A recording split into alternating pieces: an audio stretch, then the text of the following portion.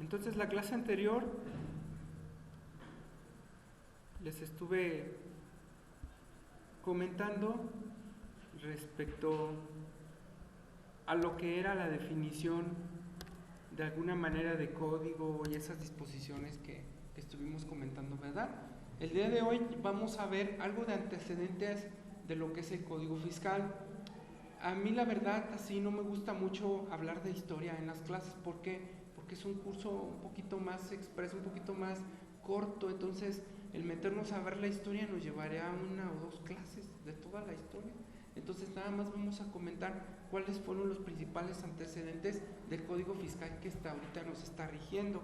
Entonces el Código Fiscal de la Federación, o la primera antecedente, es una ley para el arreglo de la administración de la hacienda pública de noviembre de 1824. Ese es el primer antecedente histórico que surgió del Código Fiscal. Si se fijan, no es un código fiscal como tal. El después surge la Ley de Justicia Fiscal. La Ley de Justicia Fiscal es más bien para los juicios, ¿sí? Para cualquier juicio o conflicto que hubiera, se creó la Ley de Justicia Fiscal en 1936 y entró en vigor hasta 1937. Este es el antecedente del Tribunal Federal de Justicia Fiscal Administrativa, no tanto del Código Fiscal, pero pues bueno, como ustedes se pueden dar cuenta, en un inicio no había Código Fiscal. Entonces, ¿cómo se llegaba el estado de recursos? ¿Cómo creen que le hacían?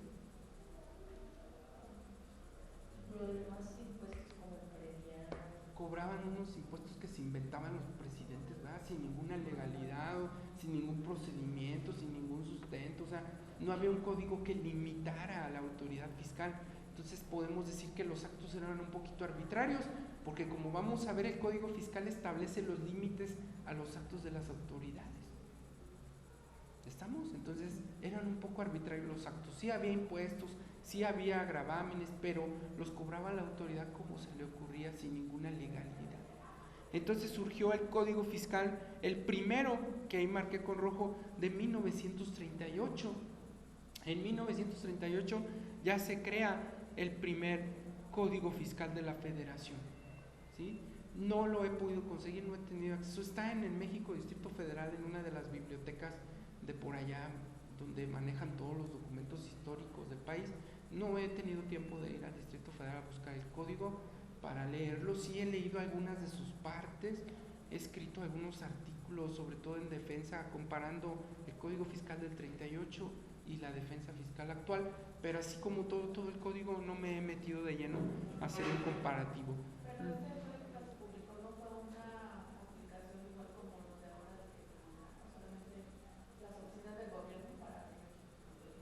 Sí, la gente casi no tenía conocimiento porque no había los medios de difusión actual.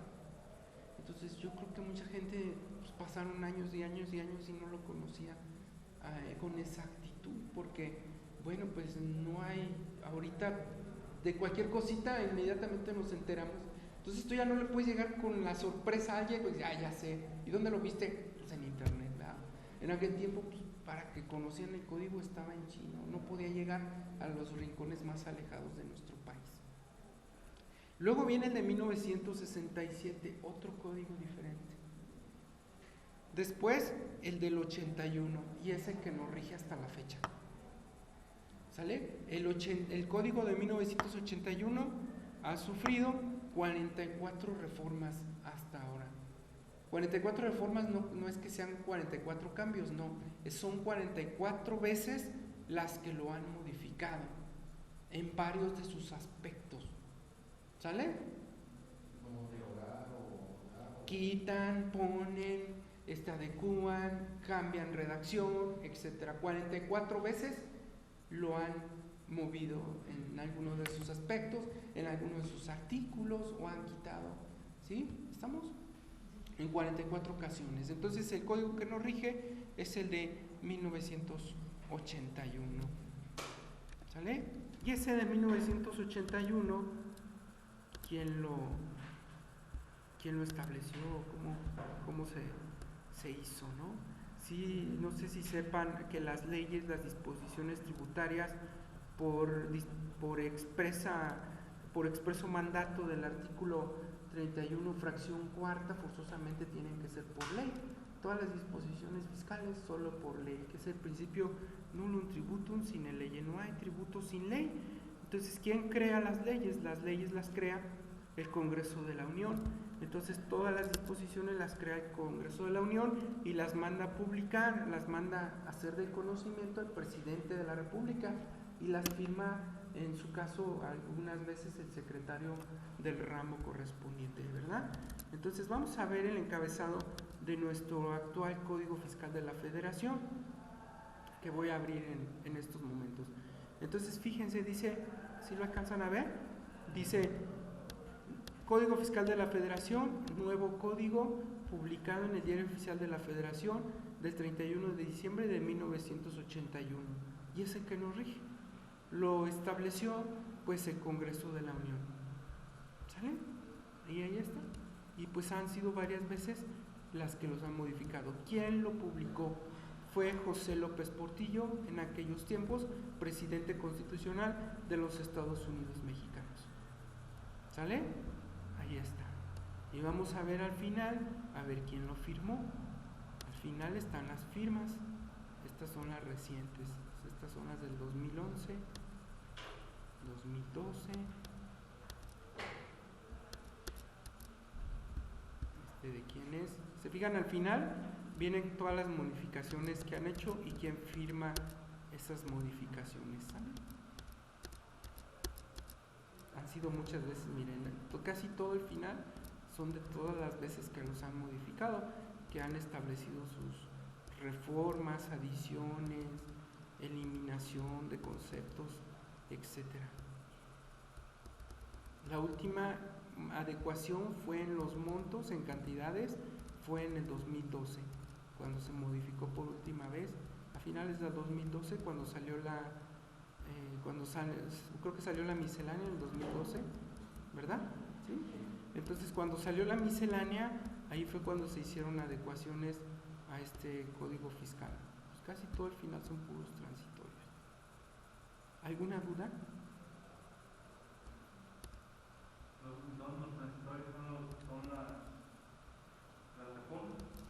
Son los mandatos que tienen que aplicarse en cada reforma que se hace o en la publicación que se hace del mismo Código Fiscal.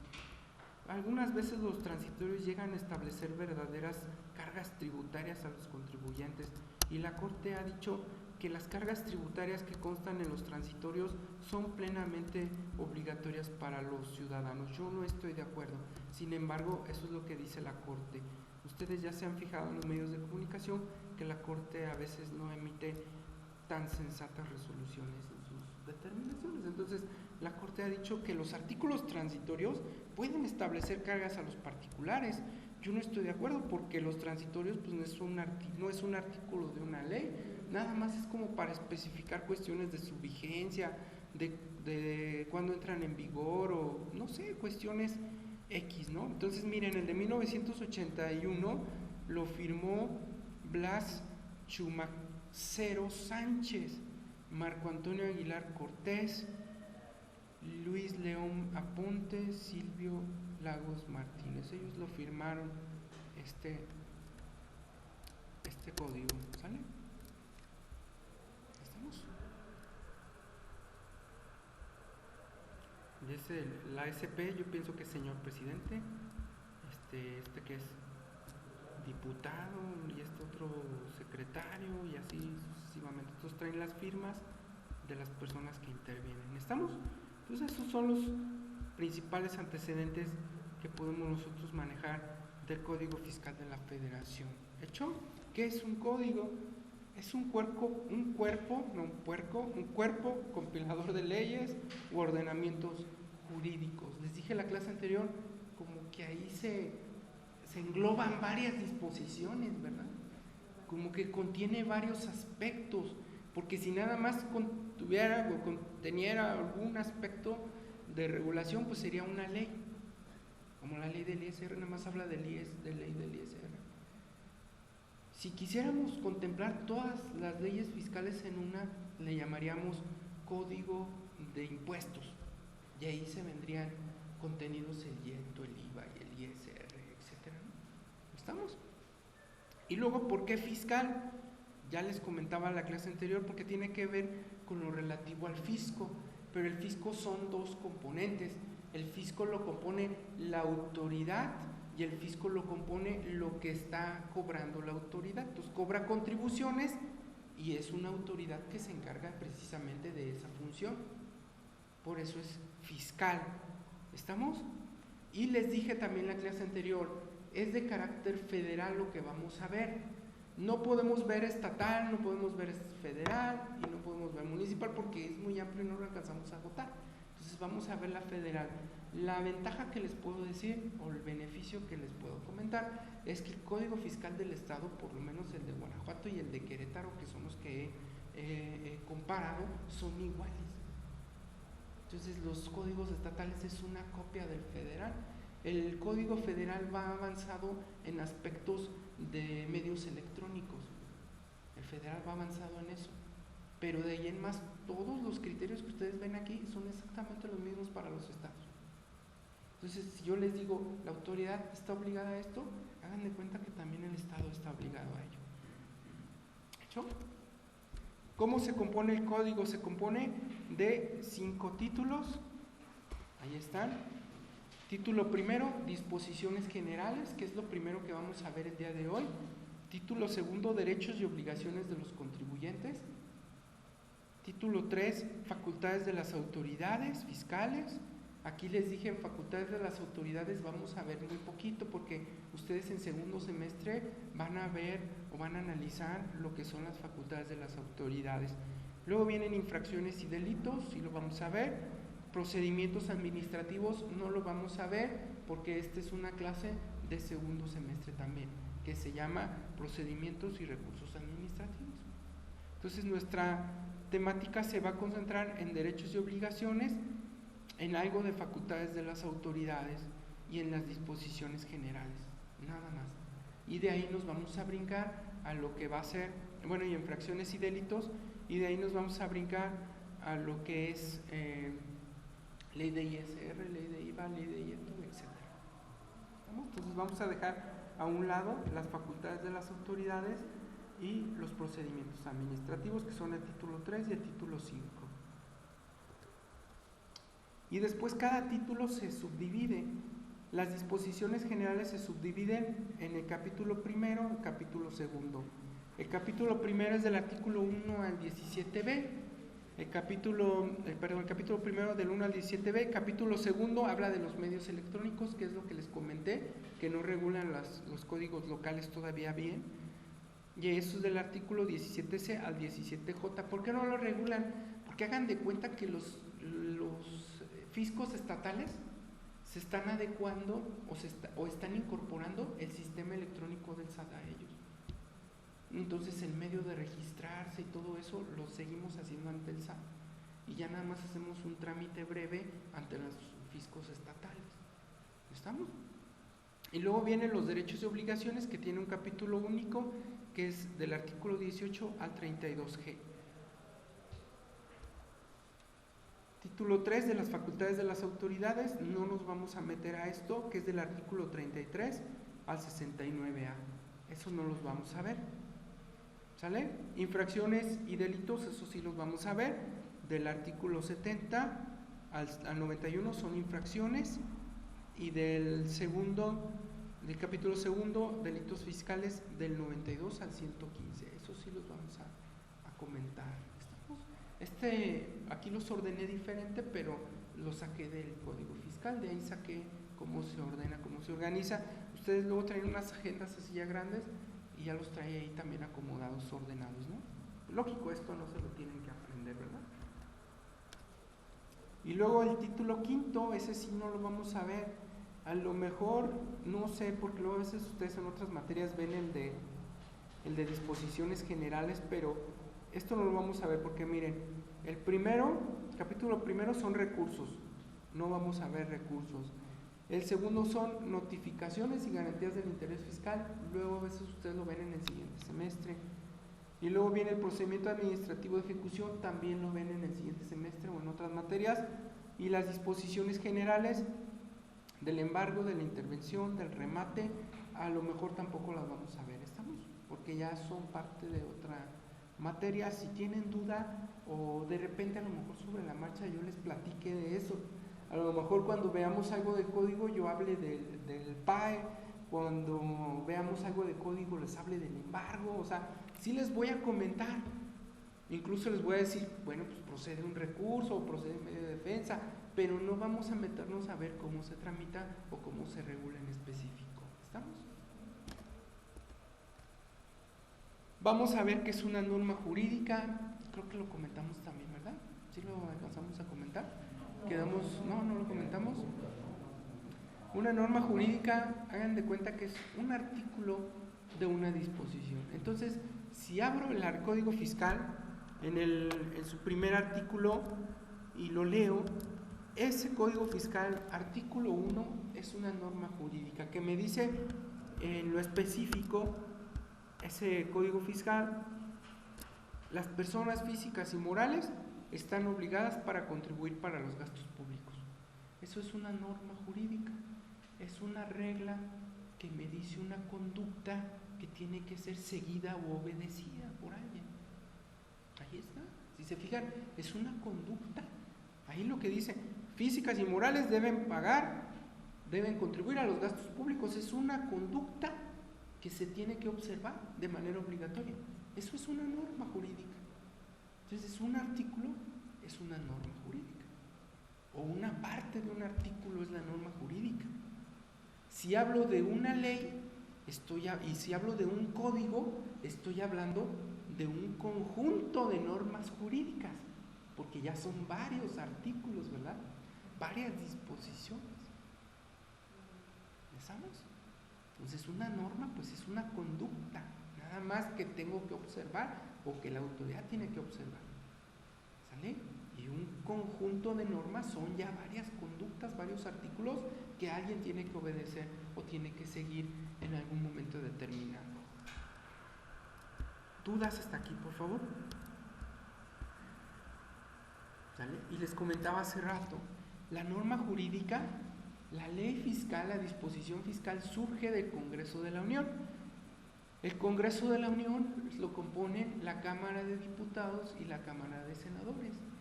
Los impuestos tienen que surgir de origen en la Cámara de Diputados. Ellos son los que de origen tienen que crear los impuestos. No puede nadie más crear de origen un impuesto más que los diputados. Los diputados son los representantes ciudadanos, son los representantes de los mexicanos, de los gobernados. Los senadores son los representantes de los estados. Entonces, por eso ellos no pueden iniciar una ley fiscal. ¿Hecho? ¿Cuáles son las características de una norma jurídica o de una ley en el estricto sentido? Son que es para todos los contribuyentes, no es para una sola persona, es para todos los casos que se planteen y es obligatoria. ¿Sale? Entonces es para todos, no es para una sola persona. ¿De hecho? Es para todos los casos que caigan en el supuesto y es obligatoria. Esas son las principales características que van a tener las leyes y en específico cada norma jurídica que esté establecida en ellas. Entonces, el artículo primero del Código Fiscal, al establecer que las personas físicas y morales están obligadas para contribuir para los gastos públicos, es para todos. No va para una sola persona, es para todos los casos, para todo el supuesto que caiga en esto. ¿Sale? ¿Estamos? Y es obligatoria. O sea, no puede haber una salvedad. ¿Estamos? Que lógico, sí hay en el materia fiscal salvedades. ¿Estamos? Y la vamos a comentar más adelante. Hay personas que no pagan impuestos porque están en un supuesto. Entonces hay personas que para ellos no son obligatorias o que no tienen ingresos o que son incapaces por algo, ¿no? Entonces, si bien es cierto es para todos, siempre va a haber excepciones y las vamos a comentar. Y luego vienen otras disposiciones, no nada más hay una ley, también hay decretos.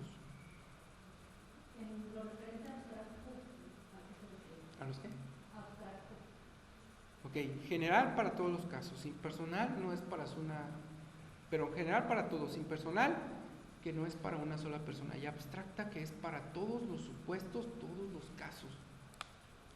¿Sale?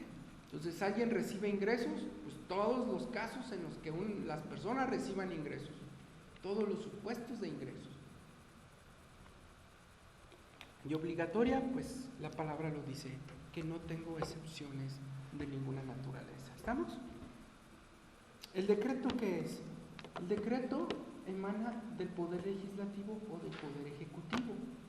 No es una ley como tal, pero también tiene las mismas características. Ustedes en materia fiscal, ¿qué decreto conocen?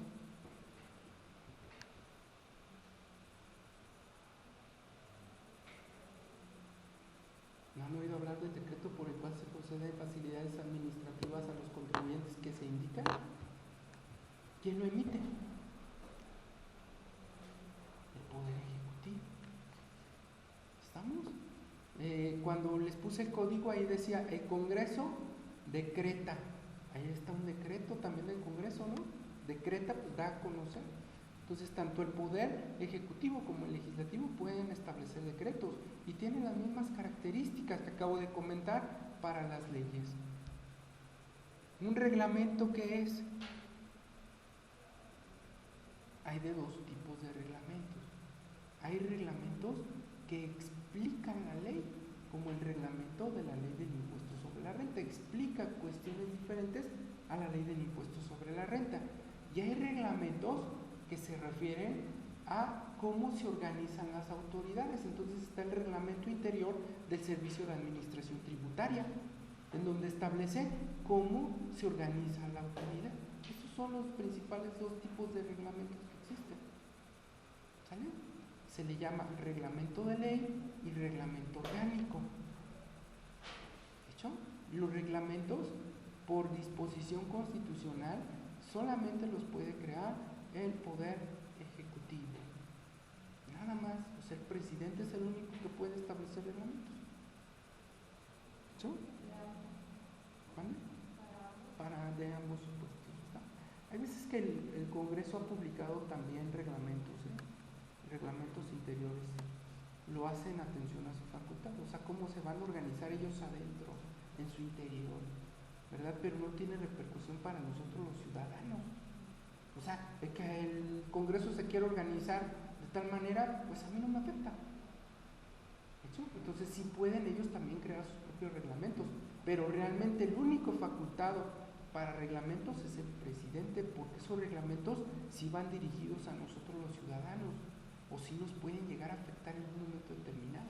Entonces, si me afecta, solamente el presidente puede establecer un reglamento. ¿Hecho? Las sentencias son las decisiones de los juzgadores. Las sentencias tienen, entre comillas, las mismas características, similares características a las de una ley o a las de una norma, con la diferencia es que generalmente esas resoluciones sí van dirigidas a una persona determinada. Sin embargo, pues es general, o sea, es para todos los casos, pero no va dirigida a afectar a una persona, pero va dirigida a resolver o dirimir la controversia de esa persona. Entonces, de alguna manera podemos decir que las sentencias, la principal característica de ellas es que son obligatorias. Su principal característica, obligatoria. ¿Hecho?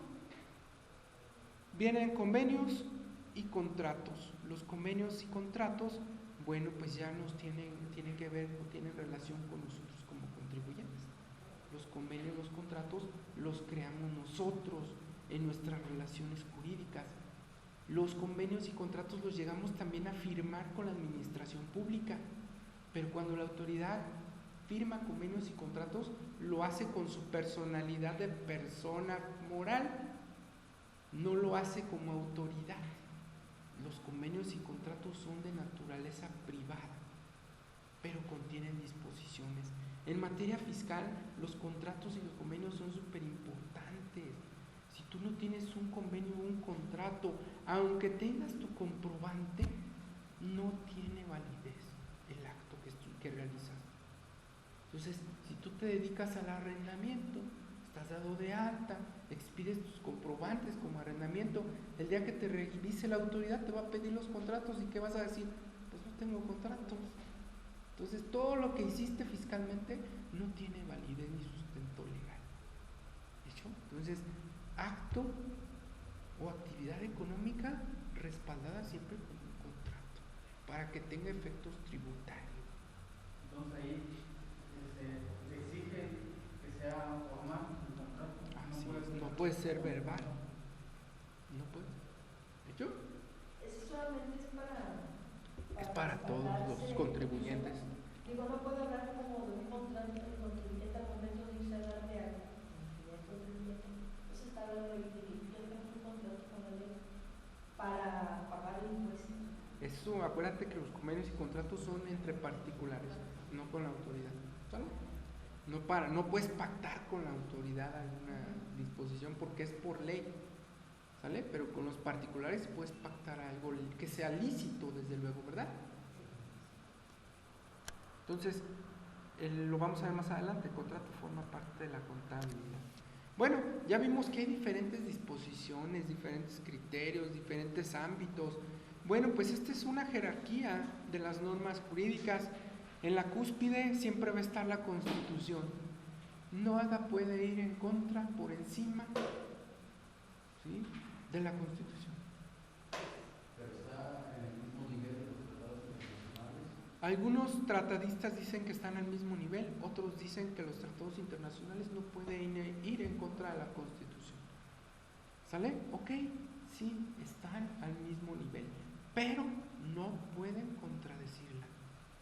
Y si no la pueden contradecir, entonces yo concluyo que está por encima de la Constitución, ¿no? Pero hay unos tratadistas que dicen que no, que si tú celebras un tratado internacional con un organismo, con otro país, ¿sí?, y contraria a la Constitución, tú tendrías que adecuar tu Constitución para que el tratado se pueda cumplir. Eso es lo que dicen algunos tratadistas, ¿eh? Yo no estoy de acuerdo, pero bueno, ahí está la teoría. Entonces, para mí está por encima de la Constitución de cualquier tratado. ¿Sí? Porque imagínense si el tratado es para vender el país de un Estado extranjero. Pues no, la Constitución no permite vender al país a gobiernos extranjeros. Entonces no vamos a poder adecuar la Constitución para que se pueda pactar el tratado, pues sería ilógico, ¿verdad? ¿De hecho? Entonces vienen los tratados. En materia fiscal, los tratados generalmente existen para evitar la doble tributación o para colaboración entre estados internacionales para compartir información de contribuyentes. Entonces, oye, pásame el dato de Juan Pérez López. Entonces, ¿tienes tu tratado? Sí. Ah, sí, aquí te va la información de Juan Pérez López. ¿Para qué lo quiero? Pues porque lo estoy revisando, lo voy a auditar, o quiero ver cómo está su situación fiscal porque está evadiendo al parecer. Entonces, esos dos tipos de tratados existen en materia fiscal. Y luego existen los reglamentos, que fue lo que les dije hace rato, que ya los comentamos, que son los que explican las leyes, vienen las leyes reglamentarias, son las leyes que se derivan de la Constitución. Por ejemplo, ley del impuesto sobre la renta, ley del impuesto al valor agregado. Entonces está Constitución, tratados, leyes, ¿sí? Todas las leyes fiscales, ley del IVA, ley del IEPS, ley del IEPS, ley del ISR, ley del ISAN, y así sucesivamente. ¿Estamos? Después vienen las leyes, bueno, hay dos tipos de leyes, ¿verdad? Que ya no es tan relevante comentarlas porque nosotros ya conocemos cuáles son las leyes federales en materia tributaria. Ahí las metemos en ese aspecto. Después vienen los decretos y los reglamentos, ahora sí, que ya comentamos. Hay diferentes tipos de decretos, ya los dije, y hay diferentes tipos de reglamentos. Y miren lo que son las cosas. Hasta después viene Código Fiscal.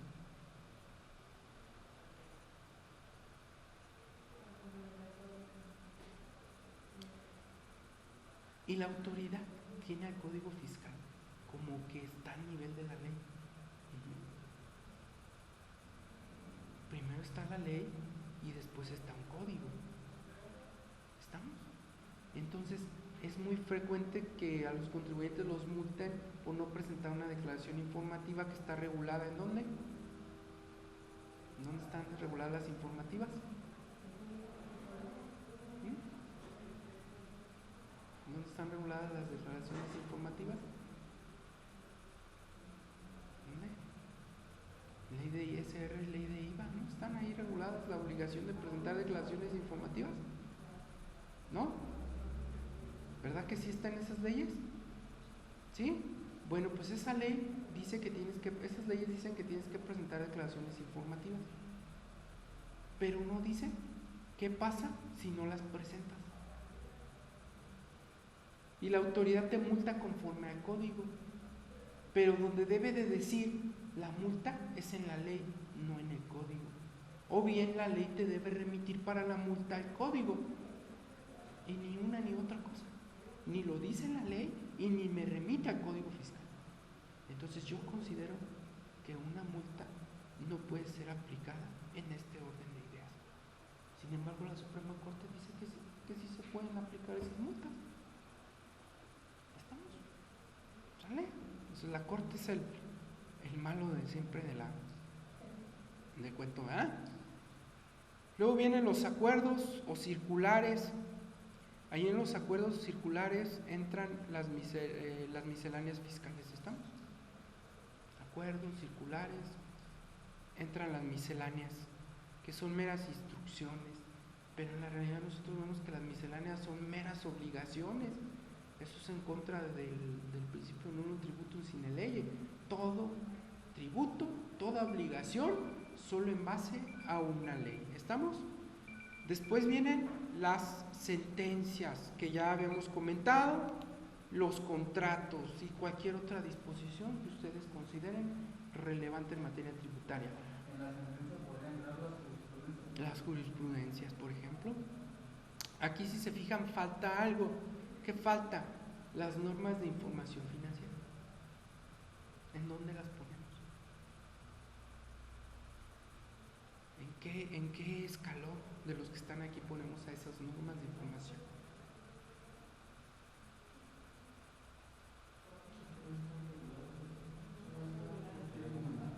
No tienen, no son. ¿Saben quién las hace? Los contadores públicos.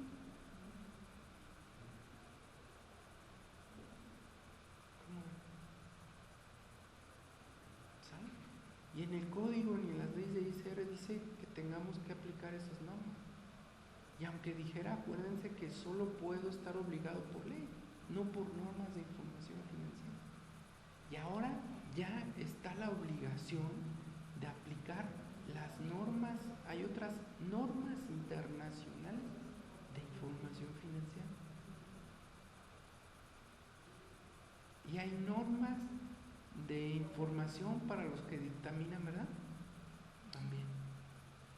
Y así sucesivamente. Entonces ustedes traen ahí su compilación, traen sus NIF, ¿verdad? Y las estudian y las aplican y todo eso, ¿no? No tiene existencia legal. Pero no entraría entonces como tratados internacionales. No, porque deben ser celebradas entre estados y las normas las hacen particulares. Entonces igual nada más se pudiese considerar como una guía para... Sí, como cultura, ¿verdad? Cultura contable. Pero por costumbre las han tenido por obligatoria, ¿no? Y entonces entra el malo del cuento y ¿qué creen que dijo? Dice la Suprema Corte que las normas de información financiera deben ser observadas por los contribuyentes al momento de elaborar su contabilidad y la autoridad puede revisar en una auditoría que los contribuyentes hayan cumplido con esa norma de información financiera. ¿Cómo ven? Ahí está, ¿verdad? Entonces estamos viendo que la Suprema Corte,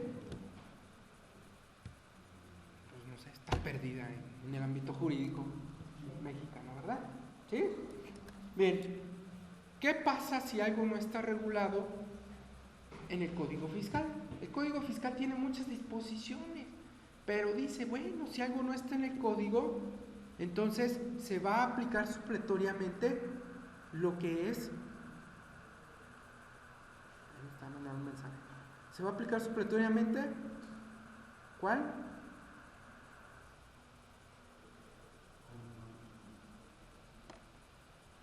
¿No saben? ¿No? ¿Qué se va a aplicar supletoriamente si algo no está regulado en el código? Todo nos remite siempre a la legislación denominada común, que es el Código Civil, Código Federal de Procedimientos Civiles. ¿Sale? Lo vamos a ver más adelante.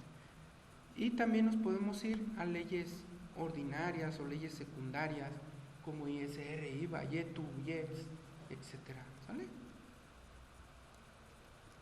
¿Alguna duda? ¿Dudas? Bien. Entonces iniciamos con el Código Fiscal de la Federación. ¿Alguna duda? ¿Algún comentario?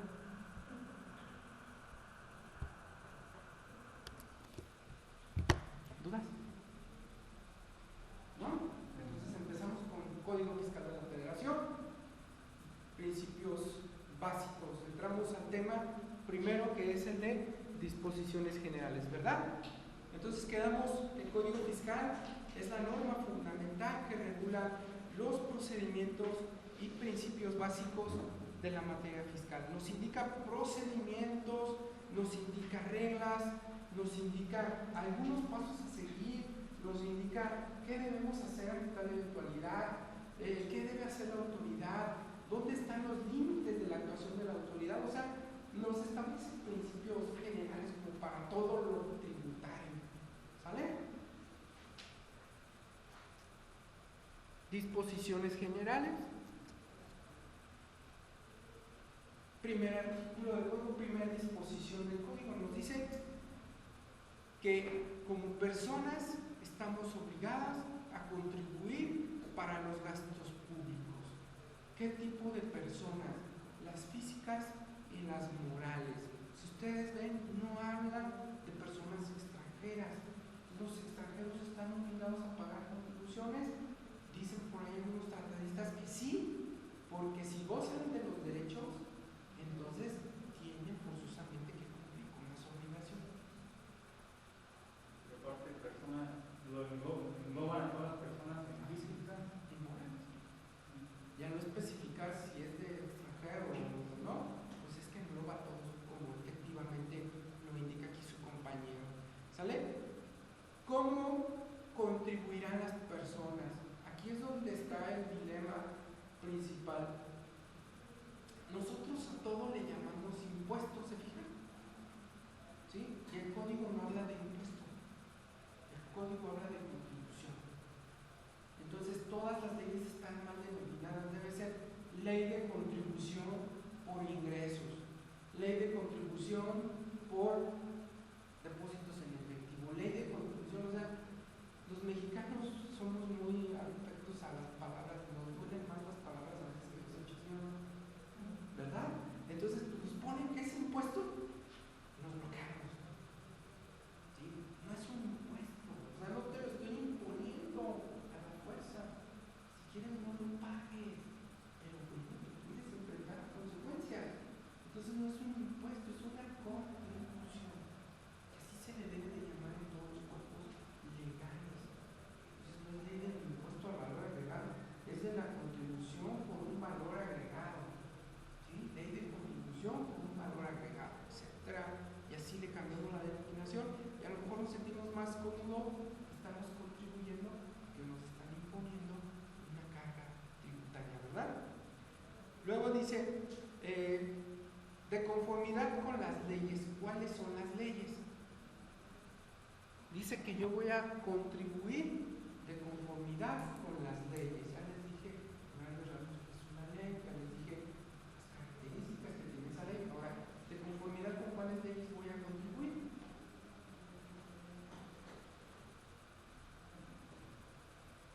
IVA, YETU, IEPS, ISR, ISAN, ¿cuál más? IDE. ¿Vale? Y aparte pues están las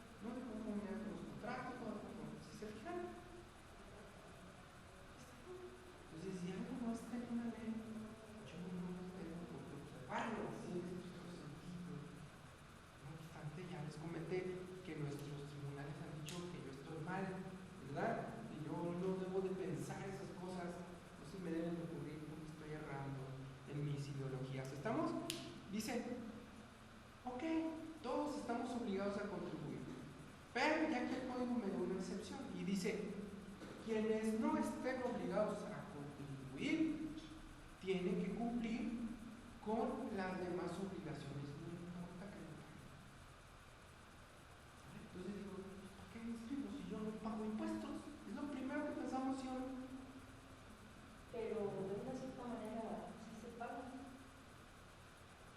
Y no estoy diciendo. O sea, como que indirectamente alguna vez tienes la obligación optimista también. Pero pensamos, pues, como yo no trabajo, pues, ¿para qué me voy a dar? Como no estoy percibiendo ingresos, ¿para qué me voy a dar? Aquí no dice eso. Aquí dice, quienes no estén obligados a pagar deben cumplir con las demás obligaciones. Entonces, yo tengo que estar inscrito, pague o no pague contribuciones. ¿Sale? Yo tengo que llevar contabilidad, pague o no pague contribuciones. Yo tengo que tener mis comprobantes, pague o no pague contribuciones. Tengo que solicitarlo, tengo que archivarlo, tengo que ordenar mis ingresos, aunque no pague contribuciones. ¿Estamos? Ahí lo dice el código. Y luego dice, el código fiscal clasifica esas contribuciones de la siguiente manera: impuestos, aportaciones de seguridad social, contribuciones de mejora y derechos. ¿Sí se alcanza a ver? ¿Sí? ¿Cuáles son los impuestos? Son aquellos que están establecidos en una ley y que deben pagar las personas físicas o morales que se encuentren en la situación jurídica o de hecho, ¿sí?, prevista o establecida por la norma. Entonces, si la ley del impuesto sobre la renta dice que todas las personas que obtengan ingresos están obligadas a pagar impuestos sobre la renta, entonces yo obtengo un ingreso, me dan 20 pesos, estoy obligado de esos 20 pesos a contribuir, ¿sí?, con un impuesto. O sea, se me carga un impuesto, estoy obligado a contribuir. ¿Hecho? ¿Vale? Aquí no dice qué cantidad. ¿Sí? Y me voy al extremo. Es triste, pero me voy al extremo. Un vagabundo, si recibe ingresos, si le dan dinero, ¿cuánto creen que saque un vagabundo en un día? Bueno, pues puede sacar hasta 500 pesos diarios, algunos, ¿verdad? Está percibiendo un ingreso. Acá hay una ley de impuestos sobre la renta, tiene que cumplir con todas las obligaciones. La primera es ahí no dice la ley, es que si eres vagabundo no pagas, ¿verdad? No dice así. Entonces, toda la persona que caiga en el supuesto previsto por la ley está obligada a pagar un impuesto y contribuir de acuerdo, contribuir al gasto de conformidad con las disposiciones fiscales. Aportaciones de seguridad social están establecidas en una ley, ya conocemos esa ley. ¿Cuáles son? Ley del IMSS, ley del Infonavit. Son contribuciones establecidas en la ley del IMSS, en el ley del Infonavit, a cargo de personas que son sustituidas por el Estado. ¿Cuáles son esas personas sustituidas por el Estado? Los patrones, en el cumplimiento de sus obligaciones fijadas por esas leyes en materia de seguridad social. ¿Qué es la seguridad social? Es vivienda, es medicina, es prestaciones laborales, etc. Que se beneficien en forma especial por servicios de seguridad social. Si alguien se beneficia de servicios de seguridad social, también está obligado a pagarlos. Esos servicios de seguridad social se cubren o se brindan por el Estado. Es obligación del patrón, pero ¿qué dijo el Estado? Si se lo dejo al patrón, no va a hacer nada. Entonces mejor yo brindo la seguridad social y tu patrón me pagas, porque si no yo estoy seguro que no vas a cumplir con esa obligación. ¿Sí? Y luego, contribuciones de mejoras son establecidas por una ley. ¿Dónde creen que está en la ley? ¿Dónde está regulada las contribuciones de mejoras? A cargo de personas físicas y morales que se beneficien de manera directa por obras públicas. ¿En dónde estará establecido eso? ¿En qué ley? Ley de obras. Ley de obras públicas, o un decreto, no sé, yo no lo he visto. ¿Sale? Pero entonces todas las personas que se benefician de una obra, caso concreto, pues van a pavimentar la calle. Esto dice, tú pon la mitad, yo pongo la mitad. Ahí estamos haciendo una contribución de mejora. Por ejemplo, el que cobra de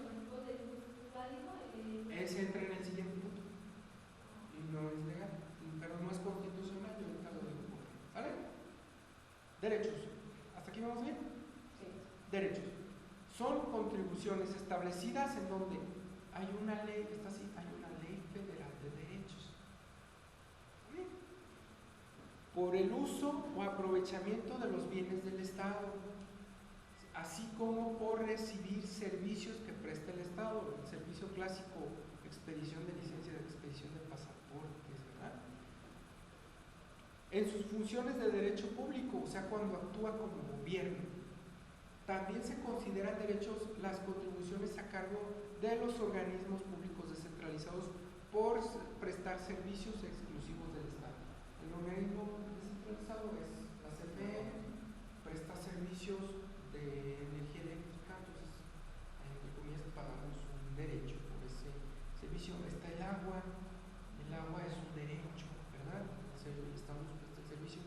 Quienes paguen basura, pues es un derecho, y por recolección de basura es un derecho, y así sucesivamente. Entonces el alumbrado pues es un derecho, pago porque hay alumbrado público en las avenidas. Es inconstitucional porque quien lo debe cobrar es la federación y lo están cobrando los municipios y en algunos casos los estados. Entonces por eso es inconstitucional, porque solo la federación puede regular lo que es de energía eléctrica. Vamos a predial también. El predial es un impuesto. El impuesto es un predial.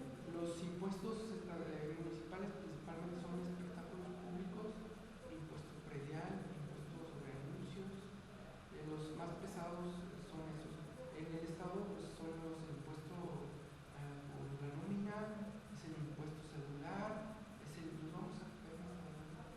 impuesto, tenían la tenencia, lo que habla, bueno, era de la federación, pero solo quedaban los estados. Entonces tienen el de juegos de apuestas, tienen el de explotación de bancos de arena y cartera, pero vamos a ver más adelante. ¿Sale? ¿Alguna duda? Punto importante, los accesorios. ¿Qué son los accesorios? ¿Qué tienen por accesorio? ¿Qué entenderían por accesorio? Las multas. No, esas son. ¿Qué entienden ustedes por la palabra accesorio? Como que un extra o que forma parte de, ¿verdad?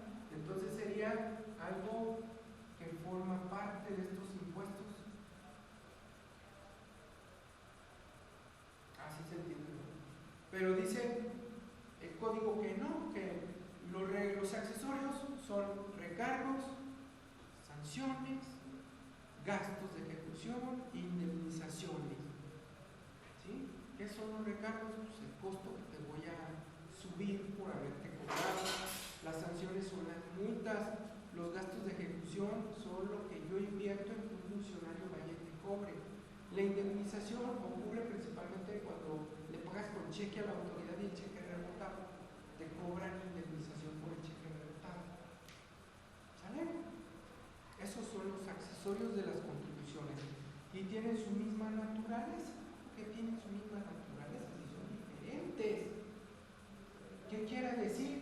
Bueno, quiere decir que si este es válido, estos también son válidos. Si este existe, este también existe. Si este te lo fijaron, pues este también. O sea, van unidos, tienen la misma naturaleza. ¿Qué quiere decir? Que surgieron del mismo hecho que yo realicé, de la misma conducta. ¿Sale? Entonces son de la misma naturaleza. ¿De dónde surge un impuesto? Díganme de dónde. Está establecido en una ley, pero surge del hecho o actividad económica que yo realizo. En específico, generalmente, como dijo su compañera, de un ingreso. De ahí surge. Entonces, esa es su naturaleza del impuesto, ¿verdad? El hecho generador. Entonces, yo realicé el hecho generador y surgieron de esa misma naturaleza, tanto estos como estos.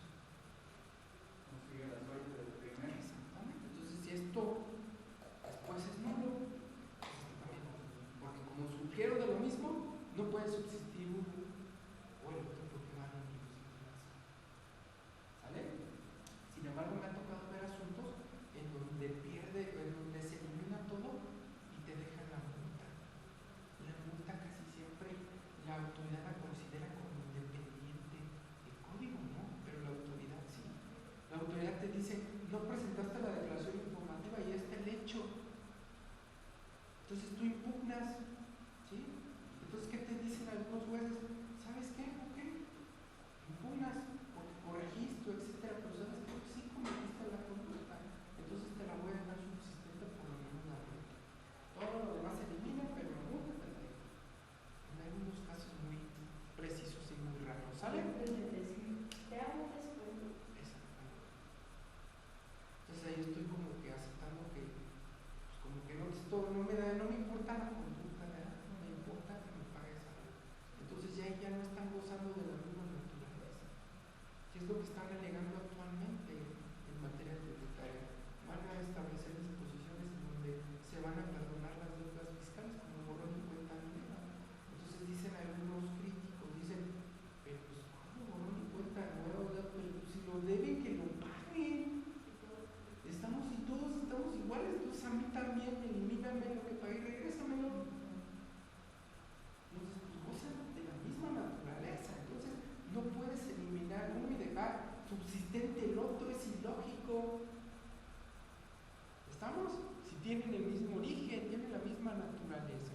¿Sale? Si nada más se habla de contribuciones, no se entenderán incluidos los accesorios, o sea, que tienen la autoridad que especificar qué es la contribución que te está cobrando y qué es el accesorio que te está cobrando, porque no los puede englobar en pura contribución. ¿Sabes? Entonces no te puede hacer un cálculo y te diga, me debes de contribuciones 100,000 pesos. No, te tiene que poner, son 100,000 de contribuciones, son 100,000 de multas, son tanto de recargos, son tanto de gastos de ejecución, etc. ¿Sale? ¿Estamos? Ya por último, para que se vayan a su receso, vamos a hablar de los aprovechamientos. Son ingresos que llegan a las arcas públicas por funciones de derecho público que hace el Estado, por sus actividades públicas que hace, distintas a las contribuciones que ya comentamos. Principalmente, esos ingresos le llegan al Estado por financiamientos. ¿Qué son los financiamientos? ¿Los podemos manejar como un préstamo? ¿Sí? O bien que obtengan de sus organismos. Por ejemplo, Pemex, ¿verdad? Por la venta del petróleo obtiene ingresos, pues ahí está el Estado haciendo un aprovechamiento. Y por empresas de participación estatal. Entonces, si el Estado se asocia con particulares para crear una empresa, todo lo que el Estado reciba de ingresos no van a ser contribuciones. Las contribuciones son lo que aportamos los ciudadanos. Los aprovechamientos es lo que obtiene el Estado por realizar sus actividades.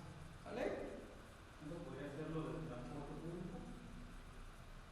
Por ejemplo, si la concesión se puede llamar que es un derecho. Si el Estado se asociara con los empresarios y fueran por partes iguales o por porcentajes, estaríamos hablando de un aprovechamiento.